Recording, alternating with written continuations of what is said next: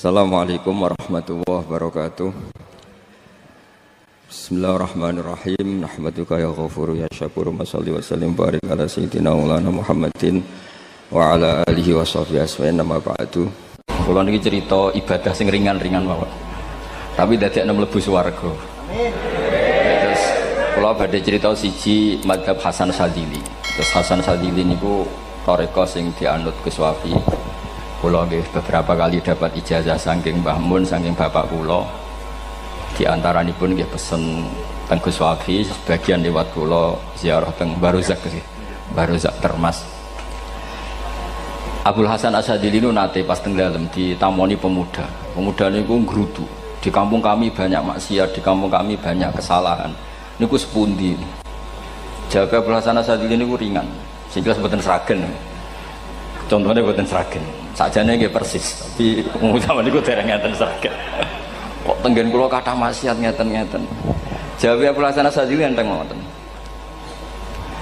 Man ahabba alla yu'sawaha fi ardi alla yu'sawahu fi ardi faqad ahabba alla tadhara maghfiratu wa alla tadhara syafaatuhu sallallahu alaihi wasallam.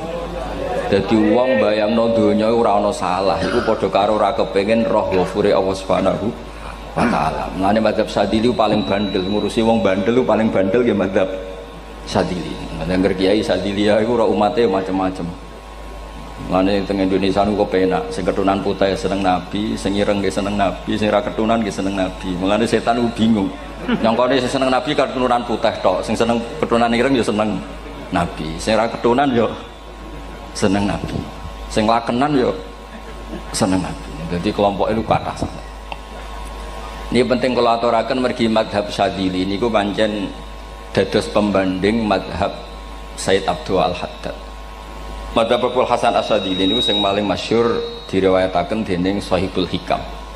Mergi Ibnu Athaillah As-Sakandari muridé Abdul Abbas Al-Mursi, Abdul Abbas Al-Mursi muridé Abdul Hasan sinten Asy-Syadzili. Niku madhab ingkang bener-bener jadi pembanding. Mergi teng bab husnudzon niku beliau itu pakar.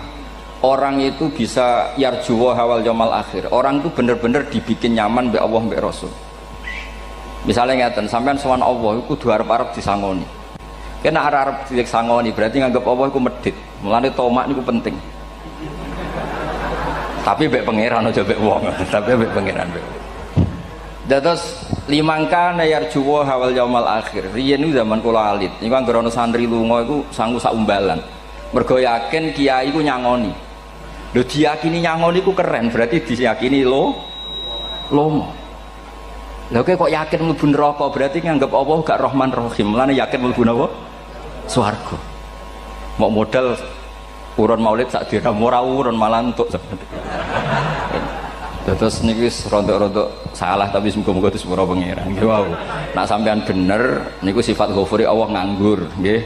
Kerhane efektif ana sing salah. Mulane wonten cerita wonten tiyang teng multazam donga ya Allah kula paringi mboten nate salah. Iku jawabe pangeran fa'ina adhu ghufra.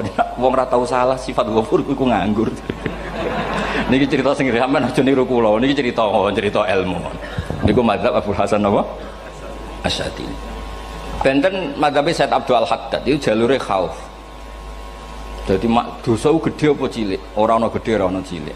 Kowe aja delok sing mbok dosani, aja delok dosane tapi delok sing mbok dosani iku sapa. Misale Gus Wafi ngutus santri teng mriki, "Cung, tukokno rokok." Rokok itu barang makruh misal. Mestinya kan santri oleh bantah, niki kiai ku piye to barang makruh kok kon nuku. Tapi masalahnya arah dituruti ya gelo tenan.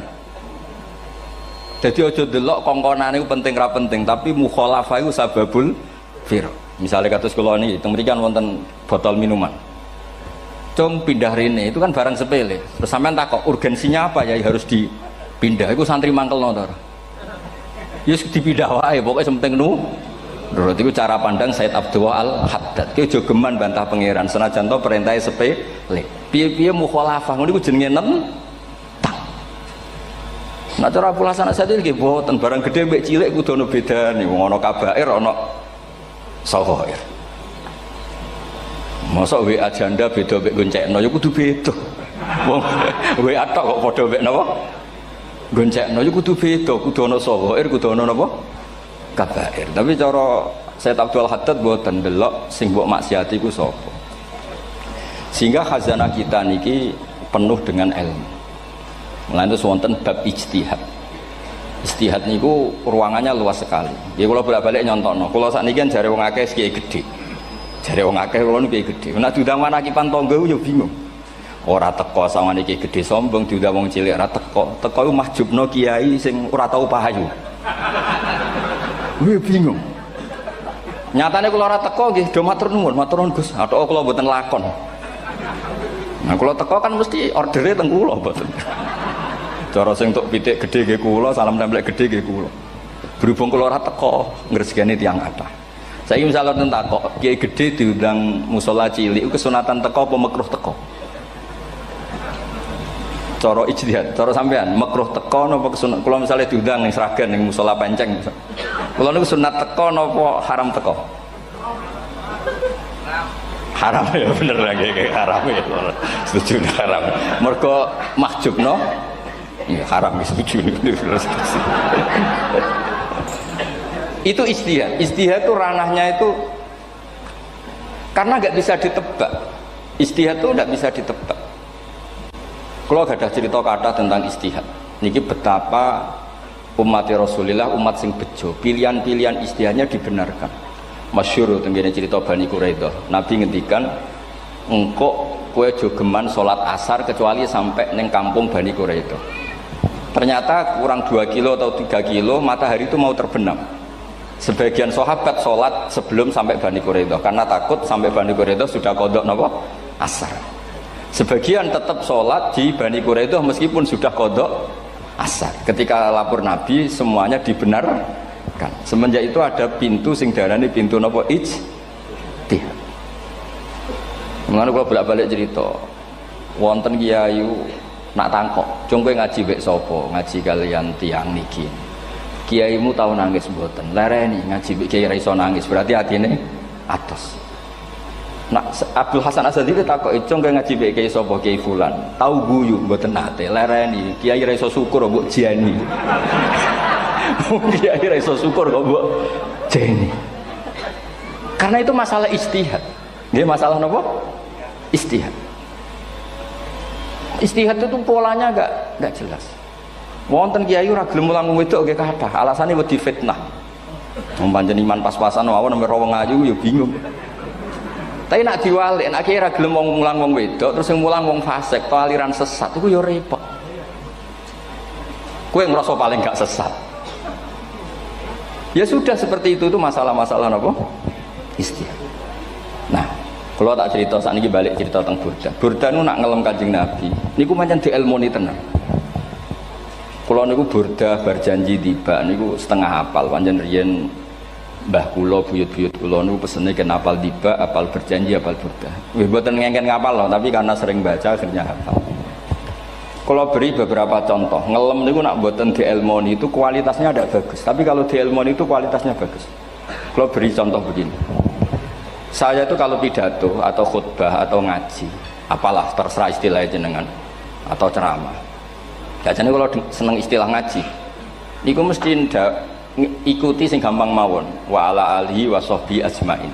Ajmain itu kalimatun fariqah bainana wa bainas syiah. Fa innana nukrimu jami'as sahabat. Ajmain itu kalimatun fariqah, kalimat pembeda. Kita ahli sunnah wal jamaah akramu jami'as sahabat.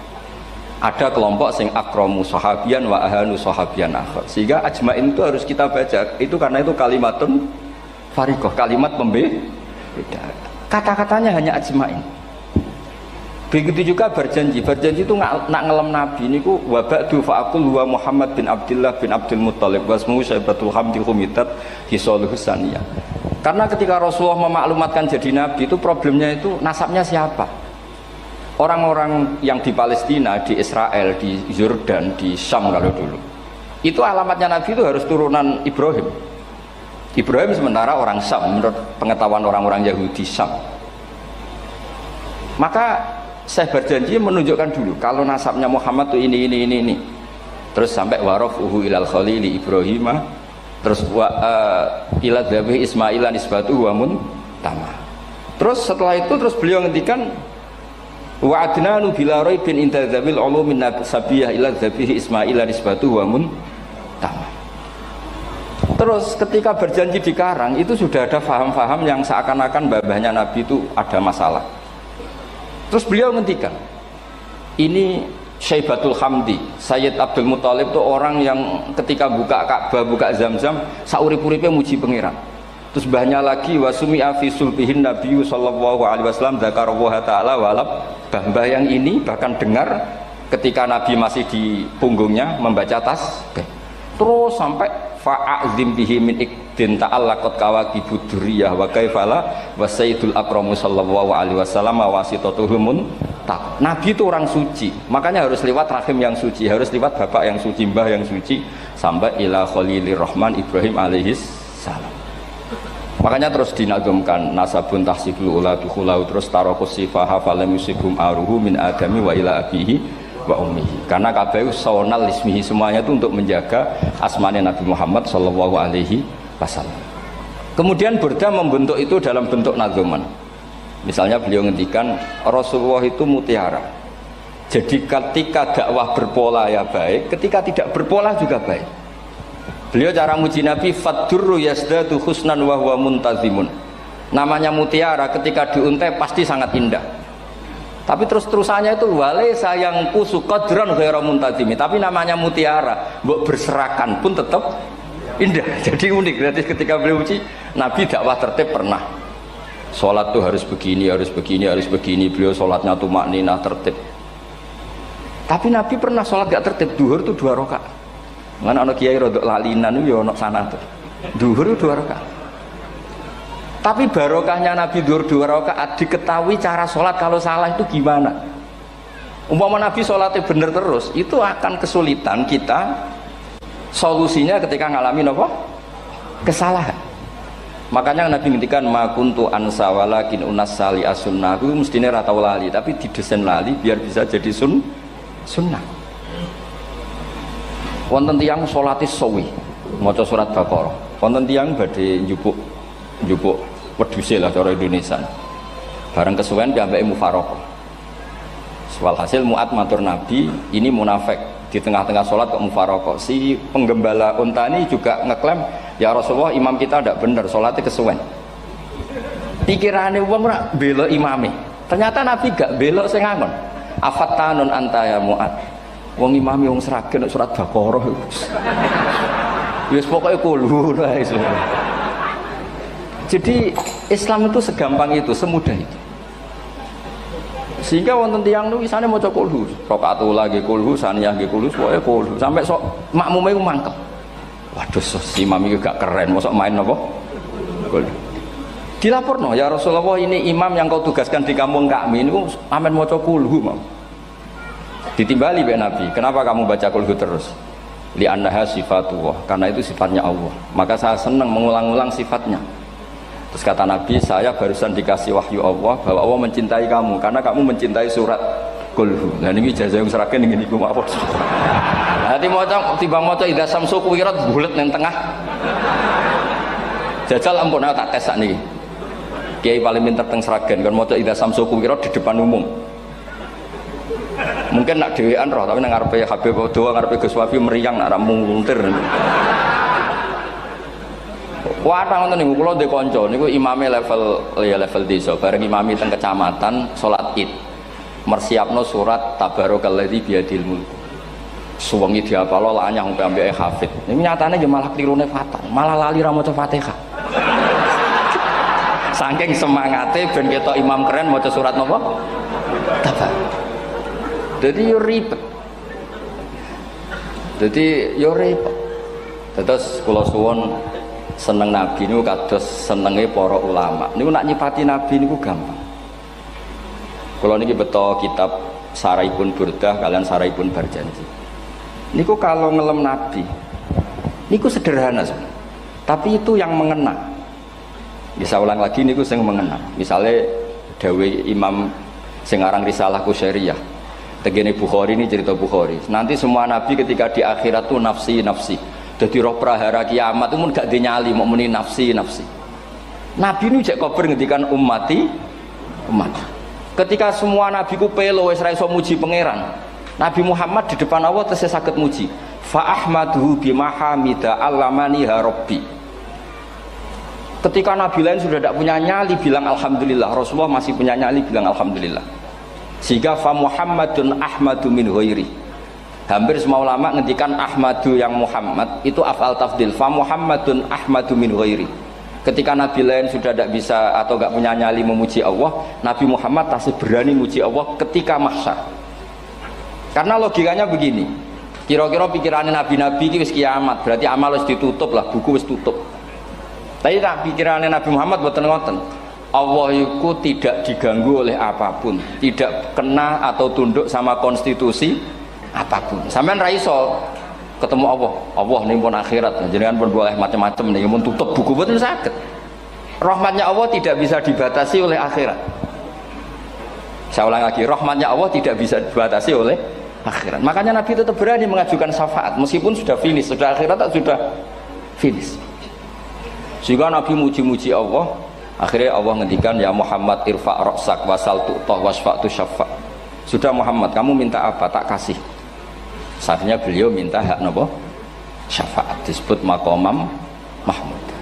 Dan ini kula waos kitab kersane orisinil niki betapa sayangi Rasulullah sallallahu alaihi wasallam teng kita. Ketika nabi lain tidak punya nyali kecuali mikir dirinya sendiri, jadi aku punya ngendikan nafsi-nafsi, Nabi Muhammad masih gak ada nyali ngendikan apa ummati. Itu bukti bahwa nabi itu nggak pernah nggak mikir umatnya. Wala sawfa yu'tika rabbuka apa? Fatartu. Ini nabi cek jawab, fa la ardo wa wahidun ummati finnar. Kalau engkau memberi saya sampai saya puas, maka saya tidak puas dan satu dari umatku masih menjadi ahli neraka. Ini kalau waos nak sampean orang nangis kebablas. Ini cerita betapa Rasulullah Shallallahu Alaihi Wasallam. Niki jarang tiang maos niki kalau waos kersane tambah mahabbat dengan Rasulullah Shallallahu Alaihi Wasallam. Dados niki kalau cerita ketika Rasulullah ketemu pangeran teng Sidratil Muntaha, niku diredaksekno burdah. Nggih, diredaksekno burdah fakhusta kulla fakharin ghaira mustarakin. Engkau mendapat kehormatan yang tidak tersaingi. Fakhusta kulla fakharin ghaira mustarakin. Jadi engkau mendapat kehormatan yang tidak akan tersaingi. Wa justa kulla maqamin ghaira mustahami. Atau wakhusta kulla maqamin ghaira mustahami. Dan engkau mendapat satu derajat yang enggak mungkin tersaingi. Mustaham itu enggak tersaingi lah. Walhasil ternyata derajat itu apa? Gini ku ketika Rasulullah ketemu Allah Ta'ala teng Sidratil Muntaha, niku Sayyidah Aisyah radhiyallahu anha tangklet, ya Rasulullah, mal ladzi auha ilaika rabbuk idz qala fa auha ila abdihi ma auha. Qala ya Aisyah aturidina anta alami ma la ya'lamuhu Jibril wala Mikail wala nabiyyun mursalun wala malakun muqarrabun. Nggih, Aisyah, bagaimana mungkin kamu tanya sesuatu yang bahkan Jibril itu tidak tahu, Mikail itu tidak tahu, dan semua malaikat yang dekat maupun nabi yang jadi rasul semuanya tidak tahu hubungan saya, kedekatan saya dengan Allah membicarakan apa. Niku sing dimaksud burdah kaima tafuza biwaslin ayya mustatarin, wonten sing maca ayyi mustatarin anil uyuni wa sirrin ayya muktatamin. Jadi nabi ketika ketemu Allah di Sidratil Muntaha itu ada misteri yang hanya nabi yang tahu. Nabi niki ibu-ibu harus bangga, Sayyidah Aisyah jenenge bojo wani tangklep. Ambek nabi itu sing ngeles. Itu rahasia yang Jibril saja tidak tahu, Mikail saja tidak tahu, masa kamu tanya? Niki khase wong putri ini. Ya Aisyah, as'aluka bi Abi Bakrin ila ma a'lam tani. Gimana cara Jawa tak kadakno mertuamu nak gak gelem cerita. Terus kunane kuno niku nggih wong wedok niku saged ngancam niku. Dadi kamane wis ngancam. Aku lapor bapakku, aku digo mulih sampean rati bojo kabare. Ya rada ribet jenengan ngadepi wong wedok niku rada ribet. Terus faqala akhirnya Nabi cerita, tapi ya tentu tidak semuanya diceritakan. Inni lama kuntu qaba qausaini qultu Allahumma innaka adzabta al umam ba'duhum bil hijar wa ba'duhum bil masih. Oh ya, ini halaman 63 62 teng kitab Khasyatul Bajuri alal Burdah. Ya, kitab Hasyatul Bajuri alal Burdah. Ya Allah, Engkau menyiksa umat-umat sebelum umat saya, sebagian bil hijarah wa ba'dum bil mashi wa ba'dum bil khosfi. Fama anta fa'ilun bi ummati. Lalu yang akan kau lakukan untuk umatku itu apa? Reputasi jenengan sama orang-orang yang durhaka itu selalu menyiksa. Ada yang pakai batu, yang dilikuifaksi, ada yang pakai ini nih. Mosok umatnya kekasih jenengan podo ngoten. Berarti Nabi ku mun nego lah. Nego supaya gak sama. Faqala unzilu alaihimur rahmah min ananis sama wa ubaddilu sayiatihim hasanat. Ndak, saya ndak seperti itu dengan umatmu. Waman sa'alani a'taituhu waman tawakkala saterusé. Terus wa fid dunya asturu alal usad wa fil akhirah usyaffi'u kafihim. Orang-orang yang masih maksiat di dunia tak kasih hak tobat, dan nanti di akhirat tak kasih hak syafaat. Engkau tak kasih hak syafaat. Mulane ini penting dingertosi bilih ukuran nabi baik itu gampang nak sampean ngaji ngangge ilmu. Syafaati li ahlil kabair min ummati. Sok syafaatku kanggo ngomong sing salah akeh. Wong nabi ku ora melok dosa kok mikir nyafaati. Nak rapi-apike wong ora mungkin. Wong sing dosa iku sampean, sing salah sampean, sing mikir solusine Kanjeng. Nah, lho wong kok apikane ngono iku gak mungkin ta wong. Wong sing salah iku sampean, sing diutang yang sampean, sing kasus iku sampean, sing mikir Kanjeng.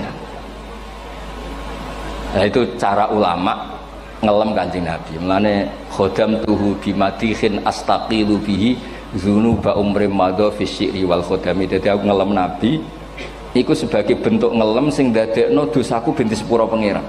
Misalnya kita suka Alphard, muji Alphard, suka Innova, muji Innova, suka kebun, muji kebun. Sing ribet tuh nak suka hewan, seneng kucing nggak ngelem kucing. Lu bareng ngelem Kanjeng Nabi kok ora iso. Lane jari Burdah, aku iku ngelem apa tau iso, mosok aku ora tau ngelem Kanjeng Nabi. Makanya terus beliau hidupnya, kemampuan syairnya didedikasikan hanya nggo ngelem Kanjeng Nabi Muhammad sallallahu alaihi wasallam. Makanya terus ngendikan wa muli kholasi khaira multazim. Saya dedikasikan kecerdasan saya untuk ngelem Kanjeng dan Nabi, dan itu solusi terbaik. Dan ini nak ngelem Kanjeng Nabi kadang kebablasan, sampai dikritik banyak ulama karena kebablasan. Gini masyhur beliau ngendikan wala yadi ka rasulullah jahu kabi idzal karimu tajalla bismi muntaqimi. Wonten naskah sing tahalla duka wau teng mriki diwaos napa tahalla napa tajalla tahalla ya. Wonten naskah tahalla wonten tajalla artosipun ngeten. Ya Allah, nabimu ini engkau gelari nabi yang ar-raufur rahim, sebagaimana yang sering disebut Habib Ali Al-Habsyi. Jika nabimu itu ar-raufur rahim, maka ketika engkau mau menyiksa saya dengan atas nama engkau al-muntaqim, zat yang tukang nyiksa, yang menyiksa, maka gelar engkau kepada nabi yang ar-raufur rahim itu kamu kemanakan? Jenengan kudu konsisten, terus kadung ngarani nabi ini jenengan raufur rahim. Maka sifat jenengan yang muntakim jangan pakai dulu, karena saya ini umatnya Nabi yang kamu beri gelar Raufur Rahim. Paham tuh jenengan? Maksudnya ya ojo sido nyiksa wong kadung mbok arani Raufur Rahim. Dadi wala yadi ka rasulullahi jahu kabi idzal karimu tajalla ta tahalla bismimun takim. Terus sing aran Burdah jenenge Muhammad. Allah kadung janji wong sing jenenge Muhammad ora bakal disiksa. Sebetulnya maknanya ya Muhammad Sayyidul Anbiya nih. Tapi ketika ono panggilan Muhammad ke depan, Muhammad gak boleh disiksa. Jeneng kula nggih Muhammad. Terus Burdah nu saking yakine ngendikan fa innali zimmatan minhu bi tasmiyati Muhammadan wa huwa afal khalqi biz zimman. Gusti jenengan kudu eling nami kula niku Muhammad. Wong sing jenenge Muhammad itu ora oleh disiksa. Padahal maksudnya ora oleh disiksa kan Kanjeng Nabi Muhammad, tapi biabake namine Muhammad. Terus ngendikan malih in ati dzamban fama ahdi bimun taqidi minan nabi wala habli bimun sorim. Gusti kula pun iman mbek jenengan. Iman itu nilainya tertinggi. Jenenge iman nilai tertinggi, maka iman nggak bisa dibatalkan hanya karena saya salah.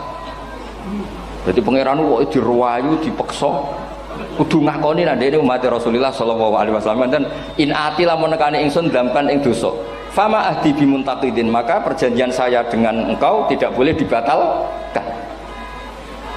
Itu termasuk hebatnya umat Rasulullah sallallahu alaihi wasallam, apapun salahnya niku tetap diakoni umat Rasulullah sallallahu alaihi wasallam. Mergo termasuk kelebihan Nabi nu gak ada hak napa syafaat. Nggih eling-eling termasuk kelebihan Nabi uga ada hak napa syafaat. Meskipun kita tetap khawatir jenenge dosa nggih istighfar, tapi aja dadi putus asa mergo napa in anti dzamban fama ahdi bimuntaqidi minan nabiyyi wala habli bimun sharim. Terus niku cerita-cerita madhe ulama teng Rasulullah sallallahu alaihi wasallam. Mereka milih kata-kata sing wong apik eling terus. Nggih eling terus. Wau kados wau fadurru yasdatu husnan wa wa muntazimu wa laisa yang kusu qadron hiramun. Jadi dulu tuh pernah ada faham-faham sing cara zahiri hadis iku abai nabi itu seperti ini cara zahiri hadis. Tapi ahli sunnah wal jamaah terus di pendapat bapake nabi babe nabi ku min ahlil jannah. Mergo apa? Wa kaifala wa sayyidul akramu sallallahu alaihi wasallam wasitatul muntaqah. Nabi itu orang suci, pasti lewat rahim-rahim yang suci. Minal aslabi thahira ilal arhamiz zakiyatil fakhira. Itu logika yang dibangun. Sehingga terus mantep baru kayak wau mau sedibak mau berjanji kiyakan wong Islam an-nabi min abihi wa ila jaddi sampai Adam niku kabeh tarokus sifaha falam yusibhum aruhu min adami wa ila abihi wa ummi. Begitu juga masalah iman. Soal misalnya ada pertanyaan ilmiah, lalu Ibrahim gimana? Karena nanya Azar itu kafir. Zaman ada Nur Rasulullah sallallahu alaihi wasallam, Azar belum kafir. Setelah intikal ke Ibrahim baru Azar kafir. Atau ada yang menjawab istilah abun di situ itu majaz. Sebetulnya Azar bukan bapak kandung tapi apa? Paman. Selalu ada jawaban ilmiah dari ulama-ulama ahli sunnah wal jamaah. Tapi kalau pesen teng jenengan sementing niku mau dibak berjanji napa bodan ada 1-2 bait yang jenengan tahu maknanya. Sehingga nanti kualitas mahabbah kita, kualitas kecintaan kita pada Rasulullah sallallahu alaihi wasallam niku tambah. Misalnya ngeten, kula kan nekuni tafsir ya. Ada ayat rubama yawaddul ladzina kafaru law kanu muslimin. Niku hampir semua mufassir konsensus sepakat jeng ben nek wong Islam mlebu neraka. Niku sampean kudu donga, nek mlebu neraka muga-muga jejer wong kafir sing kecangkeman. Niku dinyek. Jarene iman nekani mau oleh jutene neraka padha wae aku. Apa meneh misale sampean hafal Quran jejer wong sing hafal jare kapit kok ora mlebu napa neraka. Kudu ana sing ngenyek. Mergo Allah nu tersinggung sakwise ana wong sing napa ngenyek. Akhirnya Allah tersinggung. Niku sing diceritakno tiba. Wa izzati wa jalali la ja'altu man akhlasa li bisyahadati kaman kadzdzaba bi. Adkhiluhumul jannata bi rahmati. Ora iso wong dekne tauhid apapun salahe wong dekne ndek tauhid, ora ngarah dadi ahli neraka selawase kaya wong kafir. La ja'altu ora bakal gawe sapa ingsun man akhlasa li bisyahadah, orang yang tauhidnya benar kamang kadzdzaba bi, sebagaimana orang yang tidak bertauhid sama saya. Adkhiluhumul jannata bi rahmat. Padahal Allah dilapuri malaikat, malaikatnya kira diprovokatif. Malaikatnya lapure wajadnahum asrafu ala anfusihim wa wajadna amalahum minadz-dzunubi ka'amsalil jibal. Jare pangeran wis timbang seputi Gusti, wanane salah tok. Reputasine salah tok. Ghairu annahum yasyaduna alla ilaha illallah wa anna muhammadar. Niku jawabe pangeran wa izzati wa jalali la ja'altu man akhlasoli kaman kadzdzaba bi adkhiluhumul jannata bi rahmati. Nah, lafat-lafat seperti ini kita akan punya harapan ketika ndelok umat sing carane iman tesih blepotan, carane salat cek blepotan, carane zakat cek blepotan.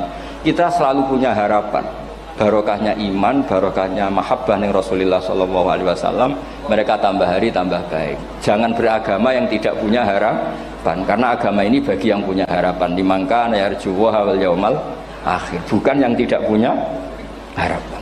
Wong Kanjeng Nabi sekaruan nabi orang terbaik dilarani wong Taif, disiksa wong Mekah.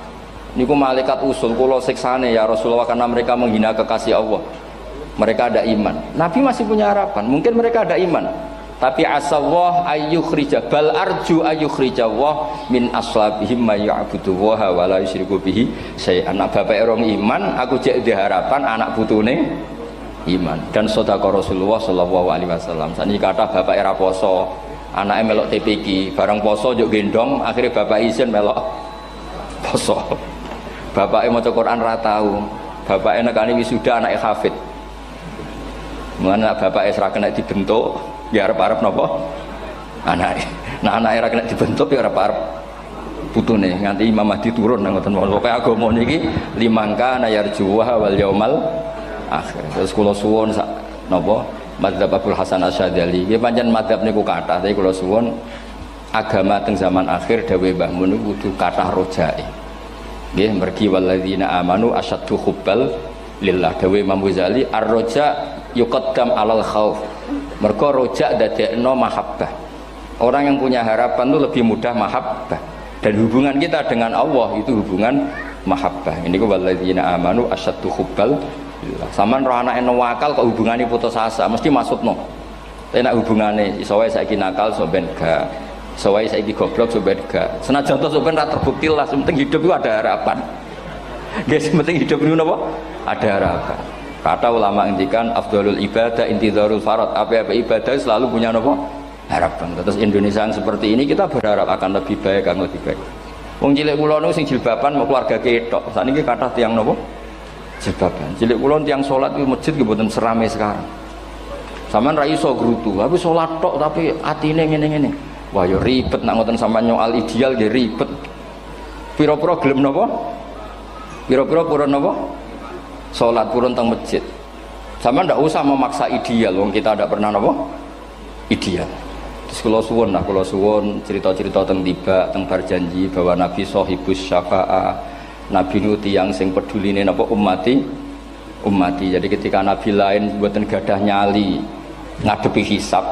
Ngene niku do muni nafsi, Nabi tesih gadah nyali mikir umate ngendikan mati. Carane apa? Muji pangeran bima hamida allamani ha rabbi. Lane dawuh iki teng ulama-ulama dawuh fa Muhammadun ahmadu min ghairi. Makanya summiya Muhammadan mergo li annahu satu wasammihi idza wada'atihi Muhammadan li annahu satu madun apa? Uqbah wa summiya Ahmad li annahu ahmadu min ghairi. Ini hampir semua ulama ngendikan ketika teng mahsyar semuanya Nabi gak punya nyali untuk matur minta sama Allah. Mergo wis kiamat berarti wis nis Nabi tesih gak ada pikiran Allah itu tidak terhalangi oleh kiamat, Allah tidak terhalangi oleh akhirat, Allah tidak bisa dihalangi apapun, sehingga Nabi tetap wani jaluk pangeran. Berarti mujine Nabi ku lebih top karena tahu Allah itu tidak terbatasi. Nah karena Allah tidak terbatasi, podo-podo Allah wapian, wis tak jaluk kanggo umatku sing mati alat tauhid. Berhubung Nabi ngoten terus Allah ngendikan ya Muhammad irfa ra'sak napa wasal tu'tah wasfa tusyafa. Muhammad kepala kamu angkat, kamu minta apa saya turutin. Terus Nabi minta hak napa syafaat. Seseorang bertobat. Dulu umatnya Nabi Musa ada yang menyembah anak sapi, ijel itu harus tobat. Itu tobatnya ekstrim betul. Kalau tobat sekarang kan cukup istighfar sama istighosah. Kalau dulu enggak, liyak tulal bari umingkum al mujrima, yang terbebas dari dosa menyembah anak sapi, membunuh yang terlibat atau pernah menyembah anak sapi. Makanya ayatnya apa? Fatubu ila bari'ikum faqtulu anfusakum. Ya, jadi orang-orang yang pernah menyembah anak sapi itu tobatnya apa? Faqtulu anfusakum. Sebab itu semua ulama berkewajiban menerangkan nasa mansur. Sampai Sayyidina Ali suatu saat ada mubalek atau ustadz itu ngajar di masjid, ditanya, kamu tahu nasa mansur enggak? Enggak tahu. Terus kata Sayyidina Ali, berhenti jadi mubalek, lisensinya dicopot. Dicopot, kemudian halakta wa ahlakta, kamu rusak juga merusak. Kenapa demikian? Logikanya begini, semua nabi itu kan panutan. Saya ulang lagi ya, semua nabi itu panutan. Tapi kalau kamu tidak tahu nasaman, so jangan-jangan kamu ikut nabi sebelum kamu, yang nasahnya itu syariatnya sudah apa? Mansukhoh, sudah di nasah. Itu kayak kasus Sunda Wiwitan itu. Itu gak mau punya Nabi Muhammad karena kurang keren, kurang sepuh. Nabinya langsung Nabi Adam. Resikonya adalah beberapa aliran sesat itu, aliran yang kurang benar itu, zaman Nabi Adam kawinan otomatis sama saudaranya. Lalu masa sekarang kita membolehkan kawin sama apa? Kalau sama Nabi Adam mau tidak mau. Karena yang cowoknya ya bin Adam, putrinya binti Adam. Lalu Allah bikin satu sunnah yang suami istri itu harus beda, yaitu satu kandungan itu melahirkan satu pasang. Dan mulai dulu memang pasangannya orang jelek itu orang cantik, Makanya agak sial itu yang perempuan-perempuan itu. Memang mulai dulu gitu kalau cantik itu kesunatannya dapat jelek. Gitu. Nanti sama-sama masuk surga karena yang cowoknya ibadahnya syukur, yang ceweknya sabar. Itu nanti sama-sama. Nah kebetulan si Qabil itu ganteng sekali Qabil. Berpasangan dengan Labuda itu jelek gembrot, pokoknya tidak cantik. Enggak lah, kebalik. Qabil itu berpasangan sama Iklimah. Jadi Qabil ganteng, punya adik kandung namanya Iklimah itu cantik sekali. Yang Habil itu rapati apa? Berarti yang Habil apa? Ya dapati ganteng, berbarengan dengan Labuda juga dapati cantik. Nah karena tadi ya berarti Qabil bareng siapa? Iklimah, Habil, Labuda. Maka untuk kawin ini nggak boleh satu kandungan. Jadi dulu karena nggak ada perbedaan ibu bapak, mau tidak mau beda. Yang penting beda. Yaitu akhirnya apa? Qabil dapat Labuda, yang Habil dapat Iklimah karena beda kandungan. Itu sudah cukup.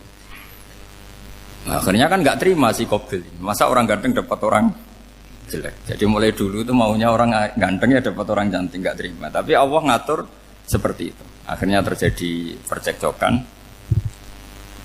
Nah, dulu itu semuanya itu religius, sehingga ukuran percekcokannya masih religi, yaitu ya gini saja, kita ngadakan kurban, yang diterima itu ya menang. Ya ternyata dalam kompetisi itu yang menang siapa? Habil. Akhirnya Habil jadi menikahi siapa? Iklimah. Kalau sekarang kompetisinya kan siapa paling kaya ya menang, lebih gampang. Nah kemudian bayangkan misalnya, ya saya ini menerangkan asa mansuh. Kita semua sering ngomong, sering berkoar-koar, sering menyarankan atau mewajibkan para nabi itu panutan dalam semua perilakunya.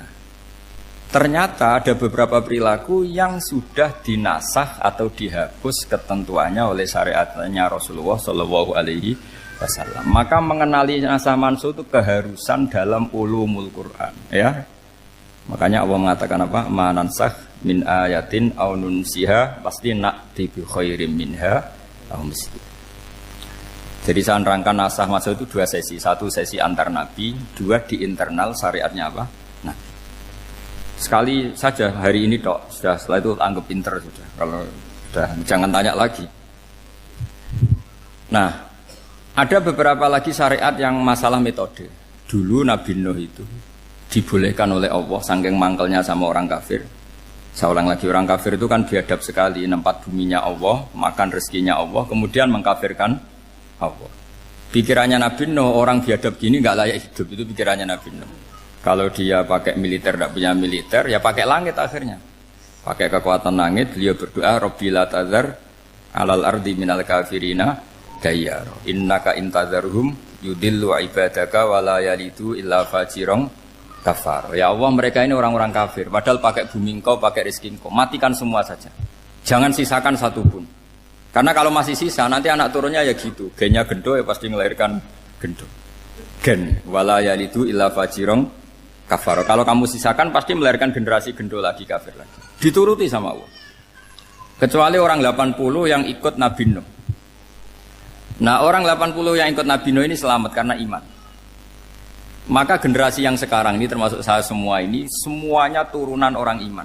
Maka kita ini punya dua status. Satu, Allah kadang manggil kita ya Bani Adam, karena faktanya kita turunan Nabi apa? Adam. Panggilan kedua adalah Zurriyataman Hamalna Ma'anu. Orang-orang sekarang itu pasti turunan orang yang ikut perahunya Nabi Nuh. Jadi nasab kita ini sudah steril. Sudah tidak ada nasab lewat kafir, karena yang kafir sudah habis. Semua orang sekarang itu turunan Nabi Nuh, yaitu disebut apa? Zurriyataman Hamalna Ma'anu. Itu sekitar orang 80. Nah, oleh Allah Subhanahu wa taala syariat seperti ini pernah dituruti, yaitu akhirnya mereka mati semua kecuali orang 80 yang mukmin. Tapi uniknya Allah apa? Era Rasulullah sallallahu alaihi wasallam, nabi kita Nabi Muhammad itu diutus rahmatan lil alamin. Ketika Nabi didustakan, diusir, disakiti, malaikat gunung, beberapa malaikat sing ahli adab spesial eksekutor lah kira-kira gitu. Muhammad Kamu bilang saja ke saya, kalau kamu ingin orang-orang Mekah Abu Jahal CS, saya hancurkan. Tapi apa kata Nabi? Saya berharap kalau mereka belum iman, anak cucunya iman. Karena bagaimanapun sperma ya, atau calon bayi atau calon keturunan itu kan ada fi aslabir rijal atau fi zuhurir rijal. Jadi kalau dalam ilmu agama itu gen manusia itu disimpan di zuhurir rijal, di punggung lelaki, nanti dipindah ke arhamin nisa. Logikanya gini, ini dengerin ya, logikanya gini, misalnya Abu Jahal itu di situ ada orang namanya Ikrimah, itu anaknya Abu Jahal, itu orang mukmin, akhirnya ya jadi orang alim. Abu Lahab itu di rahimnya, di punggungnya ada perempuan namanya Darroh, akhirnya juga orang mukminah. Saya berikan contoh. Khalid bin Walid itu anaknya Walid. Walid itu musuh besarnya Rasulullah, tapi di punggungnya ada orang bernama Khalid. Ini dengerin. Nah, di punggung ini kira-kira Allah sudah tahu apa belum? Jawabannya sudah tahu. Artinya kalau ini mati atau kamu bunuh, kamu sebenarnya nggak bunuh orang kafir saja, bunuh calon orang mukmin yang sekarang masih bersemayam di punggungnya orang-orang kafir. Jadi bisa saja orang yang sedang kafir itu ada sekian calon generasi yang suatu saat mukmin. Itu syariat yang diajarkan ke Rasulullah SAW. Karena kasofnya Nabi, kasof itu satu kondisi di mana seorang Nabi itu dipertontonkan sesuatu yang nggak kelihatan. Itu dalam bahasa Arab kasof atau mukasyafa. Nabi dipertontonkan ternyata banyak orang kafir yang di punggungnya itu ada calon generasi mukmin atau muslim. Akhirnya Nabi gak berani. Jangan bunuh. Mungkin bapaknya ada iman tapi anaknya iman. Betul, Abu Jahal punya anak Ikrimah, Abu Lahab punya anak Darroh, Walid punya anak siapa? Walid. Itu mirip seperti kita. Bapak era sholat, anak ETPK sholat, akhirnya bapaknya katut sholat. Banyak gak di Indonesia? Bapaknya tidak bisa baca Quran, anaknya hafid. Nah, itu kalau bapaknya kamu habis, tidak ada yang meselin. Makanya biarkan hidup saja. Nah, artinya gini, andaikan tidak ada ulama yang menerangkan nasa mansuh, dikira syariat Nabi Nuh itu abadan mu'abbadat, selamanya lama. Jika main teror sama orang kafir sah berdasar Nabi Nuh. Padahal kita sudah ganti Nabi. Yaitu syariatnya Rasulullah SAW masyhur itu ketika Nabi ngendikan, saya tidak minta mereka dihukum, tapi ya Allah saya minta Allah mahdi qaumi fa innahum layak lamun. Mereka kafir itu karena tidak tahu. Sehingga ada periode. Loh kalau perang itu beda, perang itu konteksnya duel, itu tidak harus sama Abu Jahal, Abu Lahab. Ada penjahat mau bunuh kamu wajib perang enggak? Wajib. Penjahatnya meskipun muslim apa harus kafir? Meskipun muslim. Maka kata ulama fikih sebetulnya perang duel itu bukan syariat muslim sama kafir tok. Masih muslim sama muslim, misalnya ada orang mau merkosa istri kamu, terus dia pamit gini, saya muslim loh, beri hak loh. Enggak bisa. Saya penjahat loh, muslim, jadi kamu nggak boleh merangin saya, ngelawan saya kan muslim. Nggak bisa, tetap harus dilawan.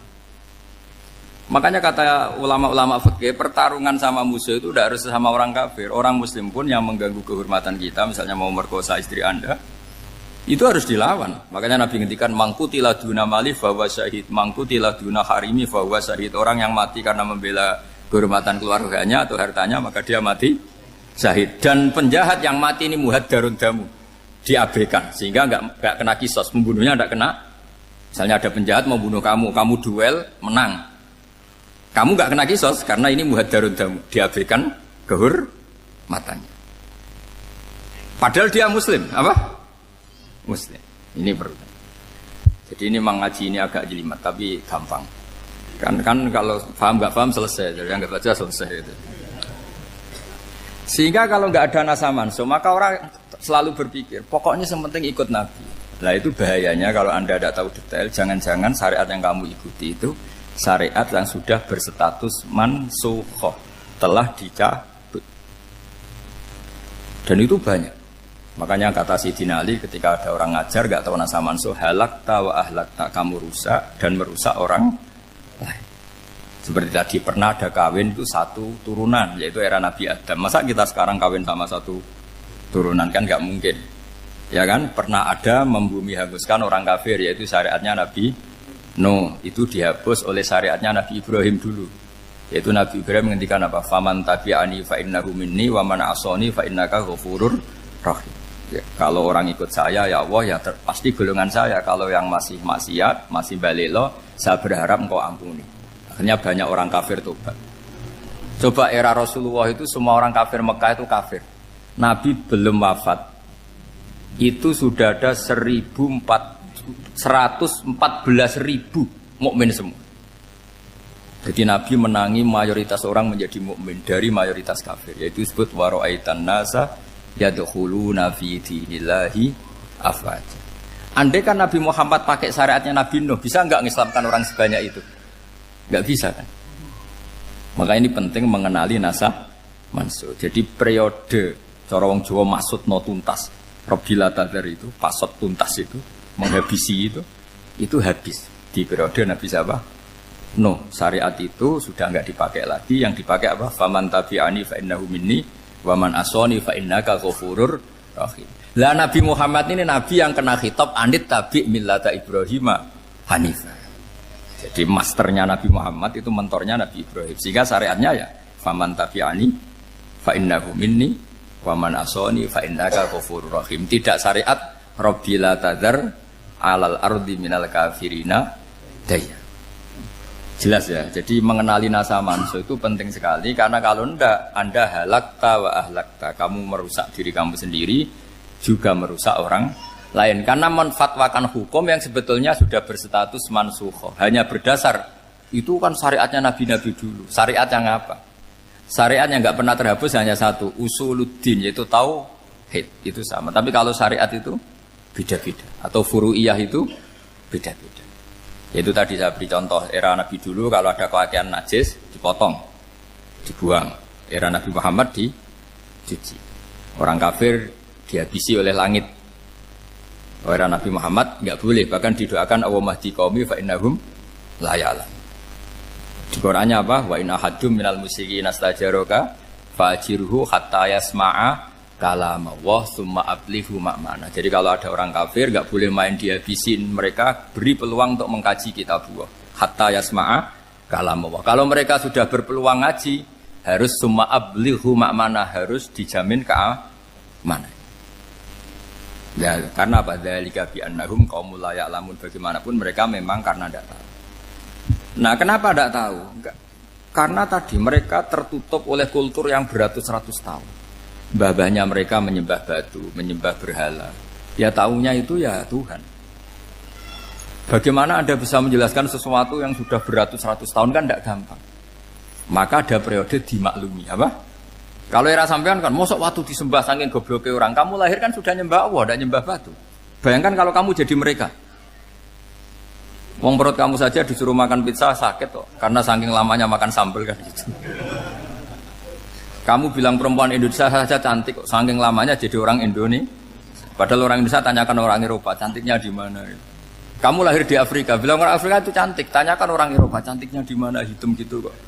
Jadi orang itu pasti terkooptasi oleh sekelilingnya. Orang Afrika akan bilang wanita Afrika itu cantik. Coba tanyakan orang Eropa, cantik apa enggak? Belas.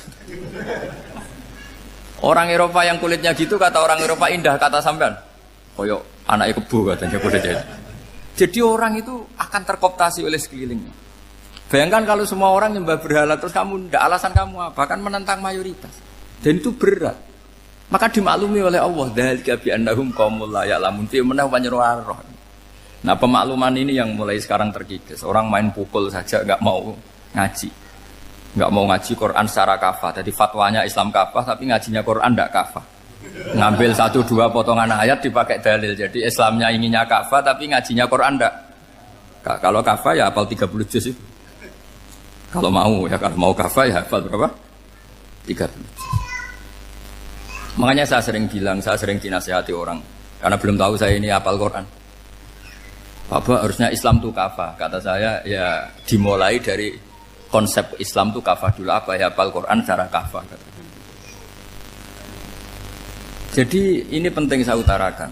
Bahaya sekali orang mengenali Islam tanpa mengenali nasah mansukh. Karena beberapa syariat Nabi sebelum kita itu berstatus mansukh. Terus contoh berikutnya, ini naskah mansukh antar Nabi apa khusus internal Nabi? Antar Nabi aja nggak selesai nih sampai subuh aja nggak selesai. Contoh yang paling keren mungkin cowok semua senang. Nabi Dawud dulu istrinya berapa? 99. Nah itu kalau masih halal itu kan berarti jenengan tuh punya istri berapa? Wah kan ngeri betul. Punya satu aja repotnya gitu apalagi berapa? Punya 99. Terus kamu bilang gini, ini kan syariatnya Nabi Dawud, Nabi kan bisa diikuti. Pernah ada periode di mana seperti itu boleh. Jadi makanya mau tidak mau ngenali naskah mansukh itu harus. Kalau enggak ya kamu masih berkeyakinan boleh beristri berapa? Nah ini penting saya utarakan. Makanya Sayyidina Ali itu kalau ngetes calon mubaligh, kira-kira kalau Kemenak dulu inginnya apa? Sertifikasi apa? Mubaligh. Itu tanyanya gitu. Ta'rifun an-nassa wal mansukh, kamu apa tahu naskah mansukh? La. Jawabnya Sayyidina Ali, halak tahu ahlak tahu. Kamu orang yang rusak. Karena tadi takutnya ada syariat yang sudah mansukh dipakai. Itu tadi misalnya kita ini tidak umatnya Nabi Nuh, tapi pakai syariat Robbila tadar alal ardi minal kafirina. Terus ketiga begini, misteri manusia itu. Dan ini kita tidak pernah tahu sampai kiamat, tapi ini ilmu harus kita diskusikan. Misalnya saya ini namanya Bahauddin. Saya sekarang hidup sampai 2019 sekarang. Kan hanya Allah yang tahu berapa turunan saya sampai kiamat dan statusnya kayak apa. Donald Trump juga gitu. Donald Trump itu sekarang kafir, tapi kita tidak pernah tahu nanti turunan keberapa ada yang Muslim. Lah turunan yang calon Muslim ini diletakkan di mana kita tidak tahu. Yang jelas kalau kamu bunuh itu katut itu.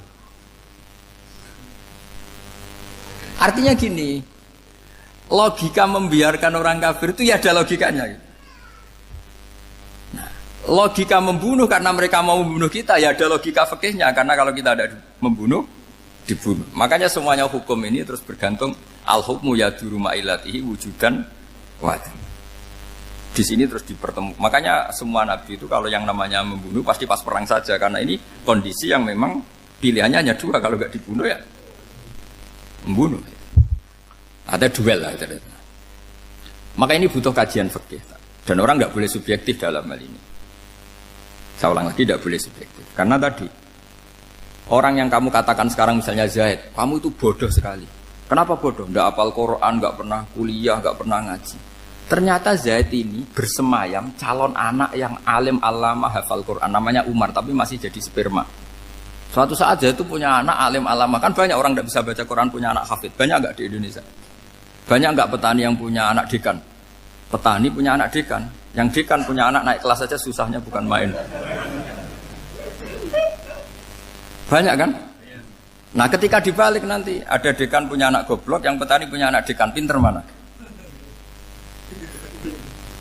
Kita tidak pernah tahu. Makanya ini kan ya sudah, kalau nggak pernah tahu ya bilang saja wallahu alam, kan selesai. Daripada keminter keliru kan ada wallahu alam.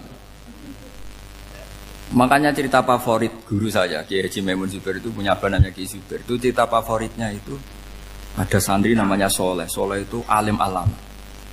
Orang Madura itu cara berpikir kan kalau kiai saja alim seperti itu, apalagi bapaknya. Pas bapaknya main ke pondok, santrinya ada ribuan. Bapaknya main ke pondok itu, sholat itu ya gak bener, gak sesuai sunnah Rasul lah kira-kira gitu. Sudah sholat itu gak bener, apa-apa gak bener. Masih ditakwil sama santri Madura, karena orang Madura itu kultus. Mungkin khilaf itu satu khusus, pokoknya perlakuan khusus. Suatu saat saking bodohnya orang itu, kenceng tuh pinggir musola. Wah ini nggak bisa ditakwil lagi, akhirnya nggak bisa ditakwil tuh nggak. Wah ini sudah nggak bener ini, nggak bener. Singkat cerita santri tadi nggak kuat matur ke kiainya, Pak Yai, jenengan sealim itu kok bapaknya segoblok itu. Kenapa? Ya, dia kenceng pinggir musola. Oh bapak saya itu pinter sekali. Kok bisa? Karena beliau yang memutuskan saya mondok sampai saya jadi alim alama seperti ini. Yang bodoh itu mbah saya. Yang bodoh itu mbah saya.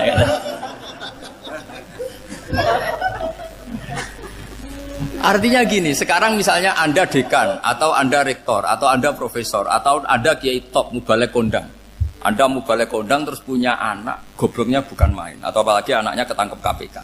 Yang satu anaknya orang bodoh jadi dekan. Kalau kompetisi ini pinter mana coba? Ada ahli metodologi tapi anaknya itu terlibat narkoba.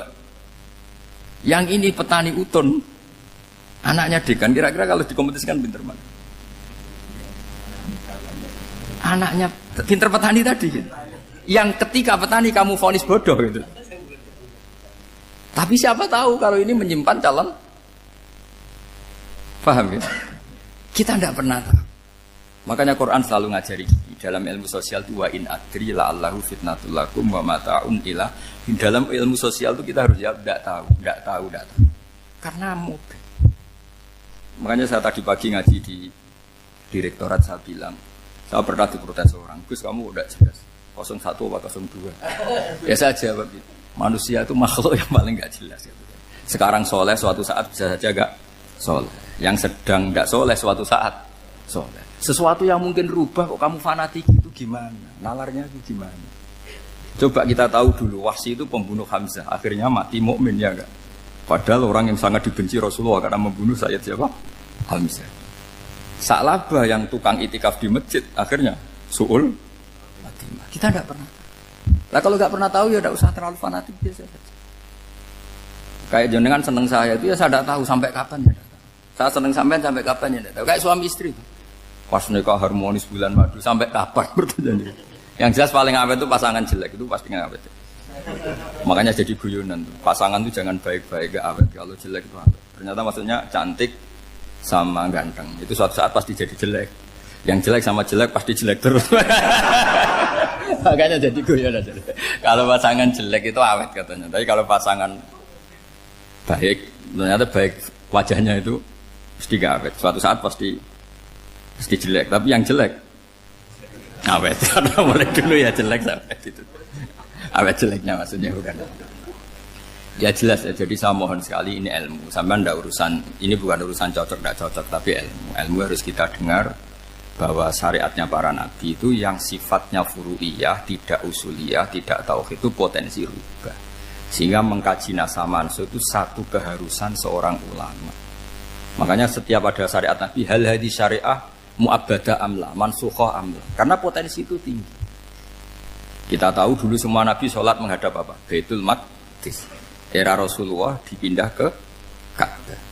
Tapi kalau kamu katakan total Baitul Maqdis ya tidak juga. Nabi Ibrahim mulai dulu madhabnya ke Ka'bah. Tapi kalau Nabi Musa ke Baitul Maqdis. Terus kamu bilang ini 01, 02 ya memang syariat jadi sesuatu yang furu'iyah. Nah, kenapa ini furu'iyah? Jawabannya sederhana. Ketika seseorang menghadap Ka'bah itu menghadap batu apa menghadap Allah? Allah. Ketika menghadap Baitul Maqdis hakikatnya menghadap Allah apa menghadap Baitul Maqdis? Allah. Maka menghadap Ka'bah itu sebenarnya masalah furu'iyah. Yang masalah usuliyah adalah inni wajjahtu wajhiya lilladzi fataras samawati wal ardh. Yang permanen adalah menghadap Allah Subhanahu wa taala. Cuma secara prosedur syariatnya secara zahir menghadap Ka'bah. Maka potensi rubah karena ternyata itu furu'iyah. Untuk kiblatnya itu furu'iyah. Yang permanen adalah menghadap ke Allah Subhanahu wa taala. Ini penting ya. Jadi terus sekarang masih antar nabi apa di internal nabi? Ini sudah mau selesai waktunya, sudah habis ini. Internal. Ini sudah selesai ini sudah pas ini. Mohon Pak Andi. Oh. Jam sudah sampai mana tadi? Diteruskan apa enggak? Sudah ya, sudah kayaknya sudah. Biar kelihatan cerdas tuh. Sekali pertemuan sudah pinter gitu. Berapa? Setengah jam sudah pinter. Yang internal nabi apa antar nabi? Internal ya, sudah sekarang ke internal. Kalau internal lebih banyak lagi contohnya. Yang masyhur tentu masalah Baitul Maqdis. Dulu Rasulullah pernah sholat menghadap Baitul Maqdis 16 bulan. Berapa? 16 bulan, kila 17. Pokoknya khilafnya hanya 16 dan 17. Kalau ada bilang 10 bulan berarti gak pernah ngaji. Khilafnya, karena khilafnya itu hanya 17 sama 16. Akhirnya sama Allah diminta, disuruh menghadap ke Ka'bah. Saya ulang lagi, itu tetap masalah antar nabi sebetulnya. Begini, Makom itu kalau dalam bahasa Arab bukan kuburan. Kalau di Indonesia kan makomnya Sunan Bonang itu kan kuburan. Kalau makom dalam bahasa Arab itu sesuatu yang pernah dipakai singgah, itu namanya apa? Makom. Lalu Rasulullah itu pertama di Medina itu madhep Baitul Maqdis itu 16 bulan. Orang Yahudi senangnya bukan main. Sampai mereka bilang gini, Muhammad tuh gaya-gaya nantok punya agama baru, tapi kiblatnya ikut kita. Baguslah anak itu katanya, masih tahu diri katanya. Bagus katanya itu masih tahu diri. Jadi senangnya bukan main orang Yahudi. Karena kiblatnya Muhammad sama dengan mereka. Ya tentu mereka jangkar Muhammad, bukan Sayyidina Muhammad atau Rasul Muhammad, karena mereka masih gak iman. Nabi itu ya agak tersiksa karena beliau secara gen turunan Nabi Ibrahim dan kiblatnya Ibrahim itu Ka'bah. Agak tersiksa tapi sami'na wa ata'na tetap madhab ke Baitul Maqdis berapa? 16 bulan. Suatu saat Nabi Muhammad itu disuruh madhab Ka'bah. Ini dengerin. Akhirnya madhab ke Ka'bah. Apa yang terjadi? Orang Yahudi komentar gini, Muhammad itu gimana? Dia di perantauan, rindu sama keluarganya. Terus rindunya itu diaplikasikan jadi perilaku agama. Jadi dia madhab Ka'bah dianggap kangen. Kayak saya kan orang Rembang. Rembang itu apanya Jogja? Timurnya apa-apanya? Enggak, Jakarta itu mana Jakarta itu? Barat sana ya. Ibaratnya saya orang Jakarta, terus merantau di Jogja. Dulu kiblatnya itu menghadap ke timur. Terus ketika madhab ke barat, kata sampean, wah itu padunya kangen apa? Keluarga. Juga kurang ajar orang Yahudi. Jadi orang Yahudi itu memang paling pinter bully. Makanya kalau sampean tukang bully itu ya agak-agak, ya enggak. Saya tidak ngomong agak ya, pokoknya agak-agak. Ya. Pinter bully orang Yahudi. Makanya enggak ada orang debat sepinter orang Yahudi. Yang bisa ngalahkan hanya Tuhan itu. Orang Yahudi yang bisa ngalahkan hanya Tuhan. Sayyidina Ali orang paling terkenal cerdas. Itu kalau sama orang Yahudi itu pusing. Karena ya apa logikanya itu? Saya beri sekian contoh. Ada orang Yahudi tanya gini, Muhammad, kalau kambing mati itu yang bunuh siapa? Ya Allah, mati langsung itu. Agama kamu itu aneh, Mak. Yang langsung sentuhan Allah haram, tapi yang lewat tangan-tangan jahil manusia malah halal. Harusnya itu yang halal kan orisinal, langsung Allah yang bunuh. Jadi utaknya itu aneh, dari cara berpikir itu aneh.